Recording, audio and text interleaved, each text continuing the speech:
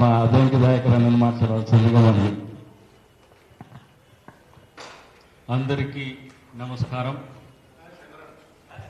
శంకర్ అన్నకు స్వాగతం. గద్దరన్న ఆలోచన వారసత్వానికి శంకర్ అన్న కూడా ముఖ్యుడే. తను వచ్చినందుకు అందరం కూడా సంతోషంగా ఉన్నాం. ఎందుకంటే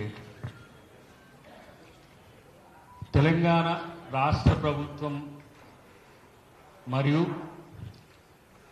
దీనికి మూలమైన గద్దర్ ఫౌండేషన్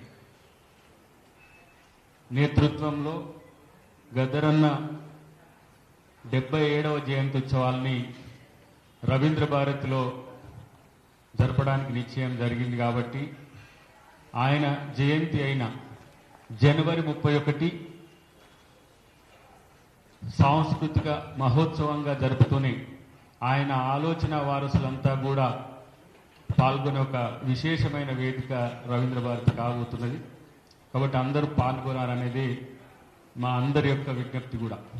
దానికి ఫౌండేషన్ తరఫున వచ్చే పెద్దలతో పాటు సాంస్కృతిక శాఖ ఏర్పాటు చేస్తున్న కార్యక్రమం కూడా ఉంటుంది.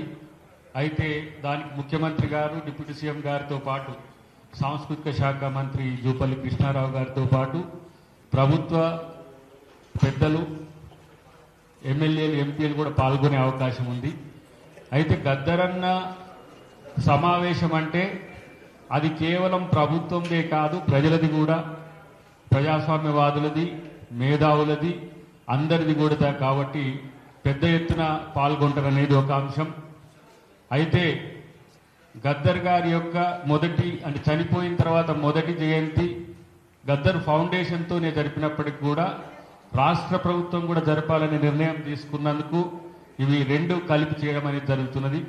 ప్రత్యేకించి ఆయన ఆలోచనలకు భవిష్యత్తులో మరింత ముందు తరాలకు తెలిసే విధంగా ఒక గద్దర్ కల్చరల్ సెంటర్ను కూడా ఏర్పాటు చేయాలనేది ప్రభుత్వం ఈరోజు ఆలోచించింది. దానికి స్థలానికి సంబంధించిన అంశంలో కూడా త్వరలో ఒక ప్రకటన రాబోతుంది, ముఖ్యమంత్రి గారి నుంచి కానీ సీఎంఓ నుంచి కానీ. అతి త్వరలో నాకు తెలిసి ఈ జయంతి రోజున కూడా ఆ ప్రకటన రావచ్చు. కాబట్టి ఆయన ఆలోచన వారసత్వం భవిష్యత్ తరాలకు, అసలు గద్దర్ అంటే పాట, మాట, విజ్ఞానం, రాజకీయం ఇవన్నీ కూడా కలిసి ఉన్నాయి. కలిసి తిరిగిన వాళ్ళందరికీ తెలుస్తుంది. గద్దర్ అంటే ఒక్క పాట మాత్రమే కాదు, ఆయన ఆలోచన విధానాన్ని రేపటి తరానికి ప్రొక్యూర్ చేయాలంటే కూడా ఆయనకు ఒక సాంస్కృతిక సెంటర్ను ఏర్పాటు చేయాలని ప్రభుత్వం భావించింది. దానికి స్థలంతో పాటు ఏ విధంగా ఉండాలనేది కూడా ఫౌండేషన్తో కలిసి రేపు భవిష్యత్తులో నిర్ణయం తీసుకునే అవకాశం ఉంది. దాంట్లో మేము కూడా క్రియాశీలకంగా ఉంటాం. ముఖ్యమంత్రి గారు ఆ రోజు పాల్గొంటారు. మ్యాక్సిమం నాకున్న సమాచారం అయితే పాల్గొనాలని నిన్ననే రిక్వెస్ట్ కూడా చెప్పినాం. రెండోది, ఈరోజు ప్రభుత్వం తరపున చేస్తున్న కార్యక్రమం ఒకటైతే, ప్రజల తరపున నేను కూడా ప్రజాసంఘంగా ఉన్నా కాబట్టి, గద్దరన్న అభిమానిగా ఉన్నా కాబట్టి చెప్తున్నా, ఆయన ఆలోచనలు ఎంతో సమాజం తీసుకున్నది. తన ఆలోచనల్ని, ఆయన సేవల్ని కూడా చాలామంది కొనియాడినాం.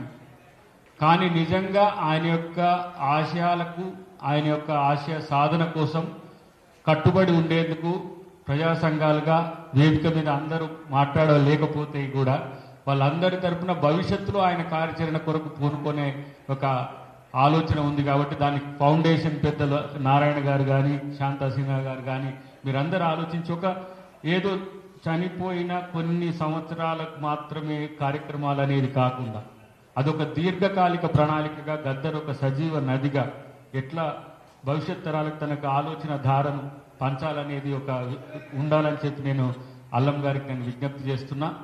ప్రభుత్వం దీన్ని బాధ్యతగా తీసుకుంటుందని మాత్రం చెప్పగలను. రేపు ఎల్లుండో నేను కూడా ముఖ్యమంత్రి గారిని కలిసినప్పుడు ఈ అంశాన్ని ప్రస్తావన తీసుకొస్తా.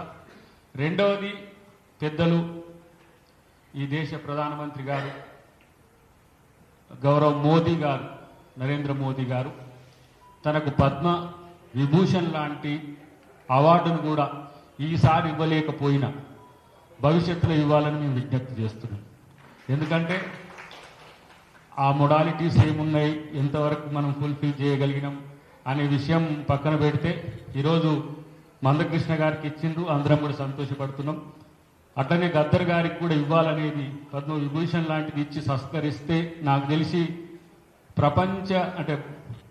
ప్రపంచ గాయకుడాలను ఆ పదం ఏమనాలి కరెక్ట్గా ఆయన వాగ్గేయకాలు